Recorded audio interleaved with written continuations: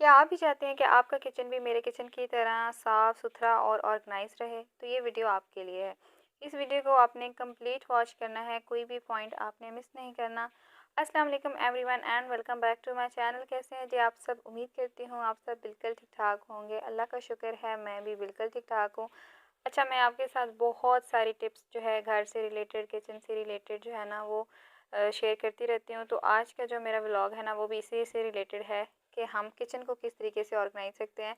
क्योंकि किचन एक ऐसी जगह है कि हम जितना मर्ज़ी उसमें एफ़र्ट लगाते रहें, जितना टाइम लगाते रहें, फिर भी किचन में हमारा काम इतना ज़्यादा होता है कि उसको साथ-साथ मैनेज करना कुछ लोगों के लिए ना बहुत ज़्यादा मुश्किल होता है। लेकिन आज के व्लॉग में ना मैं आपको कुछ बहुत छोटी-छोटी सी टिप्स बताऊँगी जिसमें आपको कोई एक्स्ट्रा टाइम भी नहीं लगाना पड़ेगा, कोई एक्स्ट्रा एफ़र्ट भी नहीं लगानी पड़ेगी।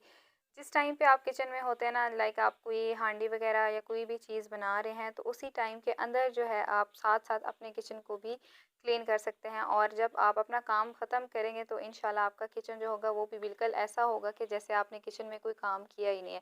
बिल्कुल साफ़-सुथरा होगा, बिल्कुल ऑर्गेनाइज़ होगा। इस वजह से इस वीडियो को आपने लाज़मी कंप्लीट वॉच करना है और ये देखने के बाद जो है ना आखिर में आपने मुझे कमेंट्स में लाज़मी बताना है कि जो टिप्स मैंने आपके साथ शेयर किए हैं वो आपको कैसी लगी है। अच्छा, जो हमारे किचन में सबसे ज़्यादा मेस होता है ना वो उस टाइम पे होता है जब हम खाना वगैरह बनाते हैं या किचन यूज़ करते हैं। उस टाइम पे होता है कि अगर हम ना बहुत ज़्यादा हड़बड़ी के साथ काम कर रहे हैं, ठीक है, हमें जल्दी पड़ी हुई है, जल्दी जल्दी हम खाना बना रहे हैं, जल्दी जल्दी हम काम कर रहे हैं, तो जल्दी में फिर हमेशा ऐसे होता है कि चीज़ें ख़राब ही होती हैं, चीज़ें इधर उधर बिखर जाती हैं, हमारे पास टाइम जो है वो शॉर्ट होता है। इसलिए आपने कोशिश करनी है कि जब भी आपने किचन में काम करना है ना तो सुकून के साथ, बिल्कुल रिलैक्स माइंड के साथ आपने काम करना है। तो फिर इसमें आपने कोशिश भी ऐसे करनी है कि आपने अपना टाइम जो है वो इसी तरह का सिलेक्ट करना है जब आप बिल्कुल फ्री ऑफ टेंशन हो, आपके ऊपर बिल्कुल कोई ऐसा स्ट्रेस ना हो, बर्डन ना हो। जैसे अक्सर आपने शाम का खाना वगैरह बनाना है तो कोशिश करें कि जिस टाइम पे आपके बच्चों का नैप टाइम होता है, वो सो रहे होते हैं, तो आप किचन में आ जाएं और अपना थोड़ा बहुत जो काम है ना वो कंप्लीट कर लें। इसके अलावा अगर आप किचन में बचना चाहते हैं ना कि किचन में बहुत ज़्यादा हड़बड़ी ना हो, बहुत ज़्यादा स्ट्रेस के साथ आप काम नहीं करना चाहते, तो इसके लिए बहुत जो है बोनस टिप है आपके लिए कि आपने हमेशा जब भी कोई चीज़ बनानी है ना उसके लिए कुछ ना कुछ आपने प्री प्रेप्स लाजमी की हुई हों। लाइक आपने जो है प्याज वगैरह काट के रखे हुए हों। कुछ तो लोगों की आदत होती है कि वो फ्रीज़ कर लेते हैं, ये एक बहुत अच्छी आदत है। मैं भी मोस्टली ऐसे ही करती हूँ कि प्याज वगैरह जो है उनको ब्राउन करके फ्रीज़ कर लेती हूँ या वैसे काट के फ्रीज़ कर लेती हूँ। इसी तरह कोई भी मैंने डिश बनानी है, जैसे आज मैंने जो है ना कोफ्ते बनाने थे, तो मैंने जब मुझे पहले थोड़ा सा टाइम मिला तो मैंने कोफ्ते जो थे ना उनको बना के स्टीम करके तो उनको मैंने फ्रीज़ कर दिया था। तो थोड़ा सा मेरा स्ट्रेस इस साइड से भी रिलीज़ हो गया। इसके अलावा अदरक लहसुन का पेस्ट जो है ना वो तो हमेशा मैं 2 से 3 हफ्तों का बना के रख देती हूँ। तो कुछ जो है ना प्री प्रेप्स आपकी लाजमी होनी चाहिए। अगर आपने कुछ टाइम पहले या कुछ दिन पहले प्री प्रेप्स नहीं भी की हुई, तो जिस टाइम आपने खाना बनाना है ना, कोशिश करें कि एक दफ़ा सुकून से किसी जगह पे बैठ के जो जो चीज़ें आपको चाहिए, जैसे प्याज चाहिए, टमाटर चाहिए, अदरक लहसुन का पेस्ट चाहिए, जो भी चीज़ें इसके अलावा आपको चाहिए ना उनको एक दफ़ा आप रेडी कर दें। ऐसे नहीं कि एक साइड पे आपने चूल्हे में हांडी जो है वो चढ़ा दी है और साथ आपने हर चीज़ रेडी करनी है। तो फिर इससे ये टेंशन होती है कि एक साइड पे हम जो है प्याज ऊपर रख रहे हैं, वो ब्राउन हो रहे हैं, जल रहे हैं, और दूसरी साइड पे हमें जल्दी पड़ी हुई है, हम टमाटर काट रहे हैं, ये काट रहे हैं, वो काट रहे हैं। तो थोड़ी बहुत जब प्रिपरेशंस पहले से हुई हुई होती है ना तो फिर खाना बनाने के टाइम पे हम हमेशा रिलैक्स होते हैं और बहुत आराम से, बहुत सुकून के साथ काम करते हैं। जब भी हम आराम से और सुकून के साथ काम करते हैं ना तो उससे हमारा क्या होता है कि स्ट्रेस नहीं होता, हड़बड़ी में हमारा किचन जो है वो भी नहीं बिगड़ता। इसके अलावा हमने जब कुछ प्री प्रेप्स की हुई होती है ना तो इसका सबसे बड़ा एडवांटेज ये होता है कि बीच में जब हम खाना बना रहे हैं तो हमें कुछ ना कुछ बीच में ना रेस्ट का या फ्री टाइम भी मिल जाता है। तो उस टाइम को हमेशा मैं इस तरीके से यूटिलाइज़ करती हूँ कि किचन में कोई अगर मेरा काम एक्स्ट्रा पड़ा है ना तो वो मैं साथ साथ ख़त्म कर लेती हूँ। जैसे आपने यहाँ पे देखा कि फ्रिज जो थी वो बाहर से सारी मैंने क्लीन कर ली थी, अंदर से भी थोड़ी बहुत जो थी ना उसकी मैंने एक कपड़ा लेके ना पहले कपड़े को मैंने थोड़ा सा गीला किया, क्योंकि फ्रिज ऐसा है कि जब भी हम, लाइक मैंने आटा ही गूंदा है और मैंने फ्रिज जो है उन्हीं हाथों के साथ खोल दिया है या हांडी बना रही हूँ तो हाथों पे कोई ऑयल वगैरह ये इस तरह की चीज़ लगी हुई थी, तो वो जो थोड़े बहुत दाग होते हैं ना वो फ्रिज पे रह जाते हैं। क्योंकि ऐसा ही होता है कि जब हम खाना बना रहे हैं तो बस जल्दी में हमें समझ नहीं आती। तो फिर मेरी कोशिश होती है कि जब ये खाना बनाने के दौरान मुझे थोड़ा बहुत फ्री टाइम मिलता है ना तो इस तरह के जो छोटे छोटे से पेंडिंग काम होते हैं ना वो मैं साथ साथ ख़त्म कर लेती हूँ। जैसे यहाँ पे भी मैंने फ्रिज जो था ना उसको एक कपड़ा पहले गीला करके सारा क्लीन किया, फिर उसे एक जो है वो मैंने ड्राई कपड़ा लिया उसके साथ उसको मैंने क्लीन कर लिया।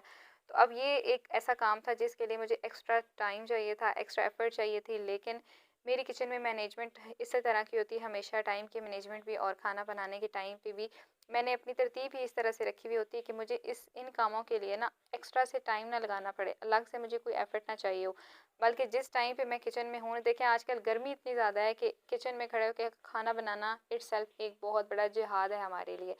तो अगर हम अलग जो है इन कामों के लिए भी किचन में आएंगे तो हमारा जो है ना बीपी डाउन ही होना है। तो कोशिश करेंगे जो 1 घंटा आपने किचन में लगाना है ना, उस 1 घंटे के अंदर जो आपके साथ पेंडिंग काम पड़े हैं उनको भी आप साथ साथ निपटाएं, ताकि एक ही दफ़ा आपको गर्मी महसूस हो, एक ही दफ़ा आपको स्ट्रेस फील हो, उसके बाद फिर आप जो है ना बिल्कुल फ्री हो जाते हैं।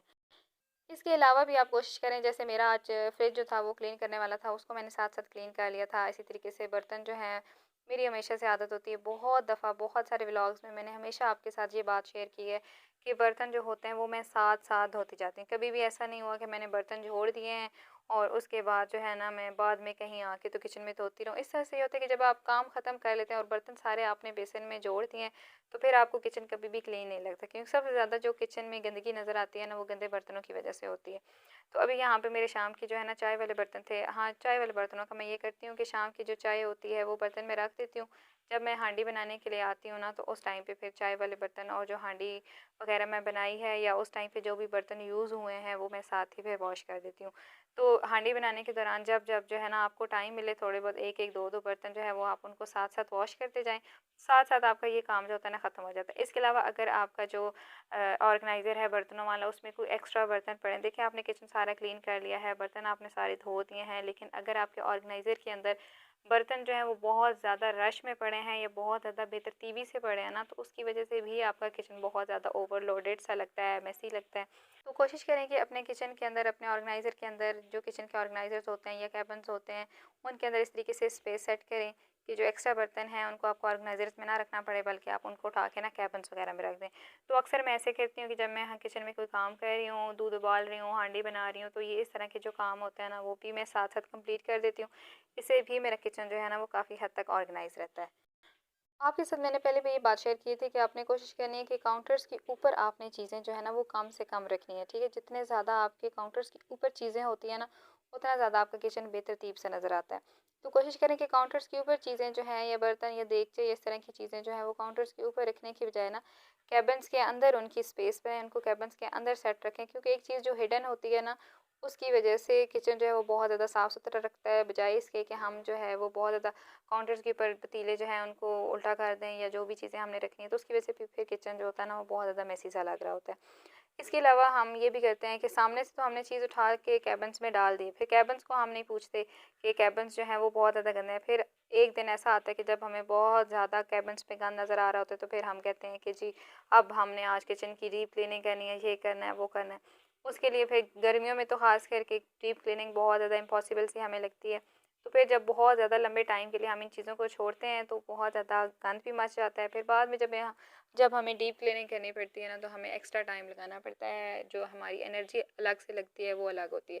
तो कोशिश करें कि जब आप किचन में होते हैं ना, कोई काम कर रहे हैं, तो साथ कि चूल्हे के पास खाली जो है फ्री खड़े होने के बजाय या साथ खड़े होकर आप मोबाइल स्क्रॉल करें या कोई ड्रामा देखें, तो कोशिश करें कि जो आपका कोई पेंडिंग काम है, कोई एक कैबिन आप ले लें, ठीक है। रोज़ जो है आप ना भी ऐसे करें या ऐसे ना करें कि आप एक ही दिन लगाएं और सारे कैबिन जो हैं उनको एक ही दिन में आप क्लीन कर दें, ठीक है। ये एक दिन में अपने ऊपर स्ट्रेस लेने की ज़रूरत नहीं है, बल्कि आप ऐसे ही करें कि जब आप किचन में हैं, आप हांडी बना रहे हैं, तो एक कैबिन जो है वो आप ले लें, उसको आप जो है क्लीन कर दें, उसमें से सारी डस्टिंग वगैरह कर दें, उसमें कोई बर्तन वगैरह या कोई भी स्पाइसेस वगैरह या जो भी चीज़ें आपने रखी हुई उनको ऑर्गेनाइज़ कर दें। इसी तरीके से नेक्स्ट डे फिर आप ऐसे करें, फिर मतलब 4-5 दिन आप लगाएं। उससे ये होगा कि आपके सारे जो ऑर्गेनाइजर्स हैं, जो कैबिन्स हैं, वो भी क्लीन हो जाएंगे, किचन भी आपका ओवरऑल जो है वो क्लीन लगता है। इसके अलावा कोशिश करें कि जब भी किचन में हैं, साथ थोड़ी बहुत डस्टिंग जो है काउंटर्स की कर लें। अक्सर हम क्या करते हैं कि हम जब हांडी बना रहे हैं या सब्ज़ी काट रहे हैं, तो काउंटर्स के ऊपर हम छिलके छोड़ देते हैं या काउंटर्स के ऊपर हम जो है छिलके उतार रहे हैं, तो उसकी वजह से उस टाइम तो हम जल्दी में ये चीज़ कर लेते हैं, लेकिन बाद में जो है ना वो हमारे लिए काम और वो स्ट्रेस जो है ना वो डबल हो जाता है। तो कोशिश करें कि पहले ही, मैंने बहुत दफ़ा आपके साथ शेयर किया है कि कोई भी आप बास्केट ले लें, उसके ऊपर एक शापर आप चढ़ा लिया करें, उसी के अंदर जितने भी छिलके वगैरह या जितना भी वेस्ट है ना उसके अंदर निकाला करें। एट द एंड फिर वो आपका बर्तन भी बच जाता है, आपका काउंटर भी बच जाता है, ना आपको वो बर्तन धोना पड़ता है, ना ही आपको काउंटर जो है वो अलग से क्लीन करना पड़ता है। तो ये बहुत छोटी छोटी सी चीज़ें हैं जिनको आप अगर जो है ना माइंड में रखती हैं, तो आपका बहुत सारा टाइम जो है वो बच जाता है, आपका जो है माइंड भी वो भी रिलैक्स रहता है, आपको टेंशन भी नहीं होती, स्ट्रेस फ्री भी आप रहती हैं, थकावट भी नहीं होती और एक ही टाइम में ना आपका बहुत सारा काम भी कंप्लीट हो जाता है।